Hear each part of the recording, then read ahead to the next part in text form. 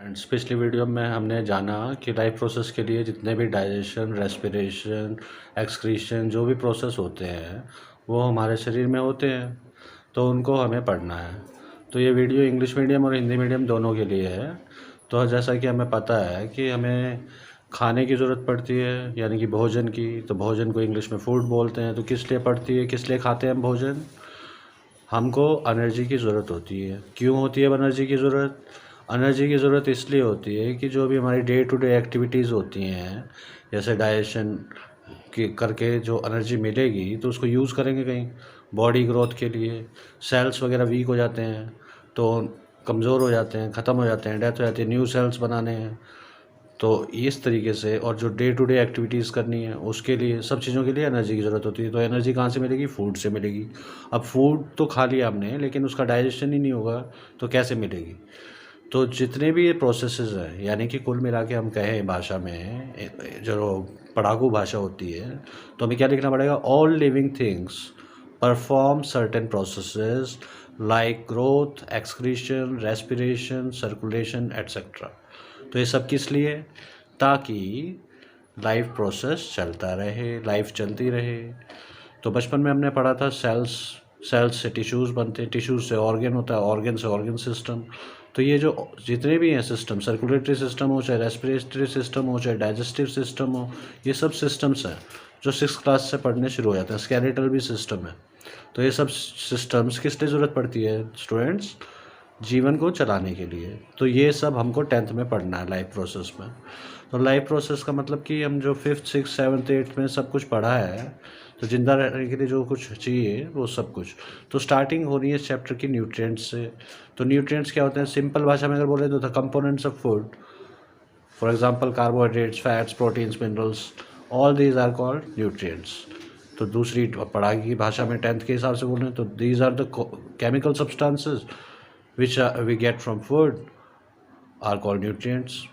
अब दूसरा, इसके बाद न्यूट्रिशन किसे कहते हैं? तो ये न्यूट्रिएंट्स कहाँ से लेते हैं? हम मुंह से लेते हैं। तो मुंह से लेंगे तो इनटेक करना पड़ेगा।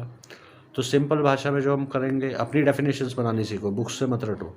The process of intake of nutrients is called nutrition. Nutrients अंदर ले रहे हैं तो उससे न्यूट्रिशन हो रहा है, तो इसको बोलते हैं न्यूट्रिशन। अब आगे बात आती है कि भाई मोड्स ऑफ न्यूट्रिशन क्या होते हैं? तो मेजर तो भाई ऑटोट्रॉफिक मोड ऑफ न्यूट्रिशन होता है और हेट्रोट्रॉफिक होता है। अब ऑटोट्रॉफिक क्या होता है? ऑटो का मतलब क्या होता है? ऑटोमेटिक मशीन्स का नाम सुना होगा, जो अपने आप चलती है। तो ऑटो मतलब अपने आप। तो ऑटोट्रॉफिक, जो जीव अपना भोजन स्वयं बनाते हैं उन्हें स्वयं पोषी बोलते हैं हिंदी में।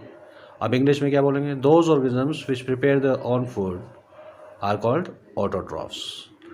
तो द मोड ऑफ न्यूट्रिशन इनका क्या हो गया? ऑटोट्रॉफिक। तो कौन बनाते हैं भाई? ग्रीन प्लांट्स बनाते हैं, बचपन से पढ़ रहे हैं। क्यों बना लेते हैं? उनमें क्लोरोफिल होता है भाई। कौन से प्रोसेस से बनाते हैं? फोटोसिंथेसिस से बनाते हैं। ये सब बेसिक्स हमने 6 to 8 में पढ़े हुए हैं। तो अब हम autotrophic of mode of nutrition अगर डेफिनेशन लिखनी हो तो the mode of nutrition which N in which an organism makes it's on food is called, that mode of nutrition is called autotrophic mode of nutrition। और अगर जानवर का पूछे, the organism is called autotroph। तो अब इसके अलावा green plants के अलावा कौन इसका एग्जाम्पल है? Blue green algae. अब आगे चलते हैं, heterotrophic mode of nutrition. Heterotrophic mode of nutrition क्या होता है? सीधी सी बात, जो अपना भोजन खुद नहीं बनाते, औरों से लेंगे फिर वो। Those organisms which can not make their own food या prepare their own food depends on other organisms for their food are called heterotrophs। तो इनका मोड ऑफ न्यूट्रिशन क्या हो गया? इनका मोड ऑफ न्यूट्रिशन हेट्रोट्रॉफिक हो गया। क्या हो गया इनका मोड ऑफ न्यूट्रिशन? हेट्रोट्रॉफिक हो गया। क्या हो गया? हेट्रोट्रॉफिक। तो इसके एग्जांपल, अब इसके अंदर आगे बहुत सारे पढ़ने हैं 10th क्लास में। अब पैरासाइटिक मोड ऑफ न्यूट्रिशन भी है, सेप्रोट्रॉफिक मोड ऑफ न्यूट्रिशन भी है। तो पैरासाइट्स कौन होते हैं? मॉस्किटोज देखे हैं, टेप वॉर्म्स, ये सब जो ऑर्गेनिज्म दूसरों के जीव के ऊपर या अंदर रहकर, दूसरों के जीव के ऊपर या अंदर रहकर अपना भोजन, उसका भोजन जो है उसके हिस्से का भोजन ले लेता है, उसे पैरासाइट्स बोलते हैं।